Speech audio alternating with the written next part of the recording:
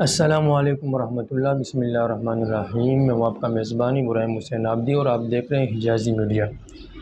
ناظرین، ایک دور حکومت ختم ہو چکا۔ عمران خان کی حکومت تقریباً 3.5 سال پر جو محیط تھی، 2018 اگست میں انہوں نے عہد اقتدار سنبھالا، وزارت عظمیٰ کی کرسی سنبھالی، اور اب 2022 ان کی وزارت عظمیٰ کا سورج بڑے تگ و دو کے بعد، ڈراموں کے بعد، ہنگاموں کے بعد اور تشویشناک حالت کے بعد وہ ختم ہوا۔ حجازی میڈیا نے ایک بہت ہی اچھا سلسلہ شروع کیا ہوا۔ حجازی میڈیا کا شروع سے یہ عزم تھا کہ ہم نے چونکہ کلمہ طیبہ پڑھا ہے، لا الہ الا اللہ، ہم مسلمان ہیں، تو ہمارا جو بھی کام ہو وہ قرآن و سنت کے مطابق ہو، اور اس ایک مسلمان کی شان یہی ہے۔ اور اب چونکہ رمضان چل رہا ہے، رمضان میں ہم نے پھر کچھ زیادہ ہی اس پر زور دیا ہوا ہے کہ روزانہ کی بنیاد پر تقریباً درس قرآن یا درس حدیث دیا جائے۔ تو آج کی محفل میں ہم اسی پہ غور کریں گے کہ عمران خان کیوں ناکام ہوئی، ان کی ناکامی کی وجہ کیا تھی۔ لیکن اس سے پہلے اس بات کی وضاحت ضرور سمجھتا ہوں کہ حجازی میڈیا کا کسی سیاسی تنظیم سے تعلق نہیں ہے، کسی بھی سیاسی تنظیم سے، اور نہ میں نے اس کا بارہا اعتراف کیا ہے کہ میں کسی بھی سیاسی تنظیم سے میرا تعلق نہیں، کسی کا باقاعدہ میں کارکن نہیں۔ انسان بطور انسان ہر ایک کے اپنے نظریات ہوتے ہیں، تو میں جسے حق سمجھتا ہوں اسے بیان کرتا ہوں۔ یہ افطاری کا وقت بھی قریب ہے، اس لیے جھوٹ کی اس میں کوئی کسی کی گنجائش نہیں ہونی چاہیے۔ تو آج کی محفل میں ہم اس بات پہ غور کریں گے کہ عمران خان کیوں ناکام ہوا، ان کی حکومت کیوں ناکام ہوئی۔ تو ہم اگر عمران خان کی زندگی پر نظر دوڑائیں تو ہمیں ملتا ہے کہ قرآن کریم کا اللہ تعالیٰ کا ارشاد ہے، یا ایھا الذین آمنوا لم تقولون ما لا تفعلون، تم جو کام نہیں کر سکتے وہ کہتے کیوں ہو، وہ آپ کو کہنا ہی نہیں چاہیے۔ کبر مقتا عند اللہ ان تقولوا ما لا تعلمون، کہ یہ اللہ کے ہاں انتہائی ناپسندیدہ بات ہے وہ کہ جو آپ کہتے ہیں اسے پھر کرتے نہیں۔ تو سب سے پہلے آپ دیکھ لیں کہ بھئی آپ کے میرے یہ منصوبے ہیں، آیا میں اس پہ عمل کر سکوں گا یا نہیں، اسے عملی جامہ پہنا سکوں گا یا نہیں۔ پہلے آپ اس پہ ورک کریں، ماہرین سے رائے لیں، اس کے بعد آپ جو ہے، آپ نے کہا تھا کہ میں 1 لاکھ جو ہے نوکریاں دوں گا، 10 کروڑ نوکریاں دوں گا اور 50 لاکھ گھر میں دوں گا۔ تو کہاں گئی وہ نوکریاں؟ تقریباً 3.5 سال آپ کی حکومت کو ہو گئے، آپ نے کہیں بھی ہم لوگوں نے نوکریاں نہیں دیکھی، وہ گھر نہیں دیکھے کہ اس پر کام شروع ہو چکا ہو اور لوگوں کو گھر ملا ہو، بلکہ یہ ہم لوگوں نے دیکھا کراچی میں کہ لوگوں کے گھر توڑ دیے گئے، انہیں بے گھر کر دیا گیا، اور جن کی نوکریاں تھیں ان سے نوکریاں چھین لی گئی۔ تو یہ تو ہم لوگوں نے دیکھا، لیکن گھر ہم لوگوں نے نہیں دیکھے۔ اور سب سے بڑی جو آپ کی ناکامی کی وجہ ہے وہ یہ ہے کہ آپ بولتے بہت زیادہ۔ من کان یؤمن باللہ والیوم الآخر فلیقل خیرا او لیصمت، یعنی جو اللہ اور اس کے رسول پر، یوم آخرت پر ایمان رکھتا ہو، اسے چاہیے کہ وہ خیر بات کہے، بھلائی کی بات کہے، ورنہ خاموش رہے، او لیصمت، یا خاموش رہے۔ اور من صمت نجا، حضور صلی اللہ علیہ وسلم کے جا بجا اقوال اس بارے میں ملتے ہیں کہ من صمت نجا، جو خاموش رہا اس نے نجات پائی۔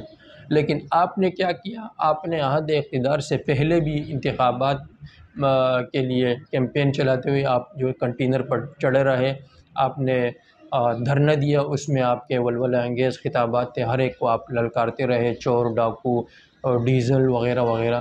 لیکن وہ ایک سلسلہ ہوتا ہے انتخابات سے پہلے، لیکن جب آپ کو اقتدار مل جائے، زمام اقتدار آپ سنبھال لیں، اب آپ کی پوزیشن مختلف ہو گئی، اب ایک الگ زمانہ شروع ہو گیا، اب لوگوں کے تیر و تفنگ آپ کی طرف آئیں گے، اور آپ نے سنبھل کے اس کا جواب دینا ہے، بلکہ جواب دینے کی ضرورت نہیں ہے، اپنے کردار سے اسے پیش کرنا ہے۔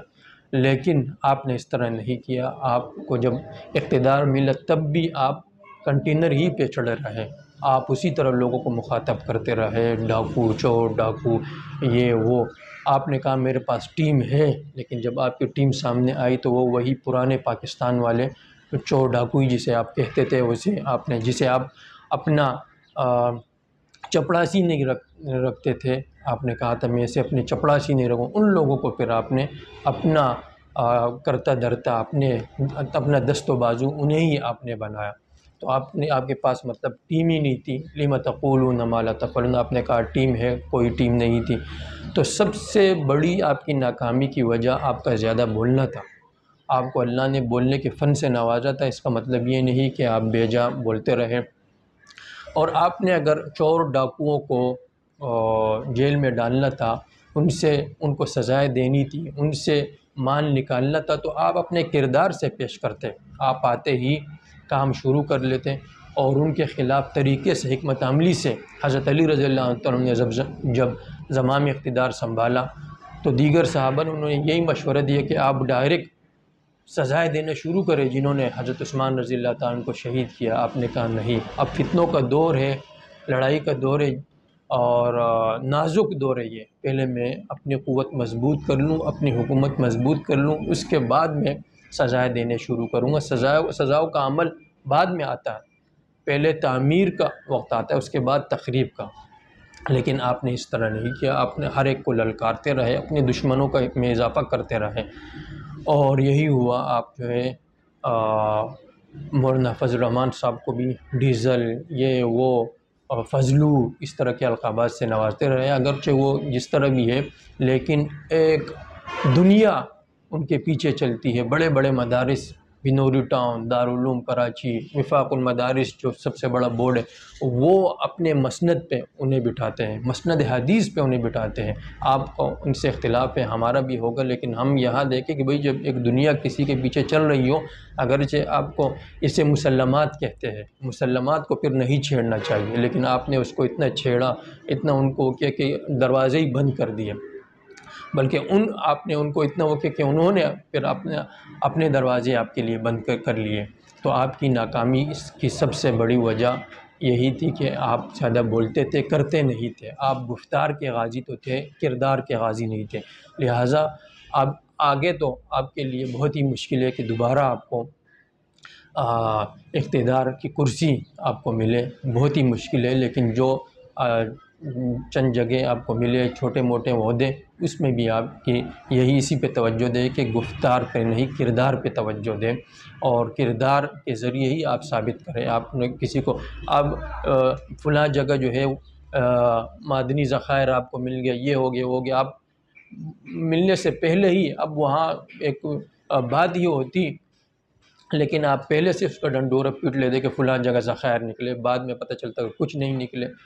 بھائی عقل مند شخص وہ ہے جو پہلے بات کو پوشیدہ رکھے، جب سب کچھ ہو جائے اس کے بعد اس کو ظاہر کریں، لیکن آپ اس طرح نہیں کرتے رہے۔ اور آپ نے مدینہ کی ریاست قائم کرنے کی بات کی، لیکن بات یہ ہے کہ مدینہ کی ریاست وہ قائم کرے جو مدینہ کے بارے میں کچھ اسے پہچان تو ہو، مدینہ کی تعریف تو اس کو آتی ہو، مدینہ کی ریاست کو اس نے کچھ پڑھا ہو، کچھ سمجھا تو ہو۔ اور لیکن وہ شخص، آپ کلمہ تک صحیح نہیں پڑھ سکے، کلمہ کی ادائیگی آپ صحیح نہیں کر سکے، لا الہ الا اللہ محمد الرسول اللہ آپ نہیں پڑھ سکتے، حضور صلی اللہ علیہ وسلم خاتم النبیین ہے، آپ کے بعد کوئی نبی نہیں آئے گا، آپ خاتم النبیین کا لفظ نہیں پڑھ سکے، تو آپ مدینہ کی ریاست کس طرح قائم کریں گے؟ جب مدینہ کی ریاست والی بات آئے گی، مدینہ والے اعمال آپ کے اندر ہوں گے، تب آپ سے ہم یہ گمان رکھیں گے کہ آپ مدینہ کی ریاست قائم کر سکے۔ اب چونکہ وزارت عظمیٰ کا تاج آپ کے سر سے چھین لیا گیا، اتار لیا گیا، تو اب آپ کو چاہیے کہ آپ مدینہ کی ریاست والے کام شروع کر لیں، آپ کلمہ کی ادائیگی سیکھ لیں، آپ کسی قاری صاحب کو، کسی عالم سے ٹیوشن پڑھنا، قرآن پڑھنا سیکھ لیں۔ آپ نے کہا کہ میں نے پوری عمر وہاں گزاری، لیکن جب آپ نے ایک سچا مسلمان اپنے آپ کو آپ کے مسلمان کی تعریف پہ پورے اترنے کی آپ نے نیت کر لی تھی، ایک سچا مسلمان بننے کی نیت کر لی تھی، تو آپ کو چاہیے تھا سچا مسلمان بننے والے کام بھی شروع کر لیتے، کوشش۔ لیکن یوں لگتا ہے کہ بس آپ کا وہ بھی دعویٰ ہی خالص بس صرف اور صرف دعویٰ ہی تھا، اس میں کوئی سچائی نہیں تھی. اگر سچائی ہوتی تو آپ قرآن پڑھنا شروع کرتے, آپ علم دین سیکھنا شروع کرتے. اتنے مدارس اگر نہیں تو آپ کسی استاذ کو, عالم کو, قاری صاحب کو اپنے گھر بلاتے, ان سے ٹیوشن پڑھتے. اب چونکہ آپ کے پاس فرصت کے ایام ہے تو ان ایام کو آپ غنیمت جانیں, قرآن سیکھیں, کلمہ سیکھیں, نماز سیکھیں, تاکہ آپ مدینہ کی ریاست والے کام کر سکیں. اور آپ اگر دعویٰ کریں تو آپ اپنے دعویٰ کو پورا بھی کر سکیں. لم تقولون ما لا تفعلون آیت کے مصداق نہ بن سکے. امید ہے ہمارے الفاظ, ہمارے اخلاص میں آپ کو کھوٹ نہیں نظر آئے گا, اور آپ کو اور آپ کے فالوورز کو تکلیف نہیں ہوگی ان سے. اسے ہمارے اخلاص ہی سمجھا جائے گا انشاءاللہ. تو آج کی محفل میں اتنا ہی. اگلی ملاقات تک کے لیے اجازت دیجیے گا. ابراہیم حسین عابدی اور حجازی میڈیا کو اللہ حافظ. اپنا بہت سارا خیال رکھیے گا.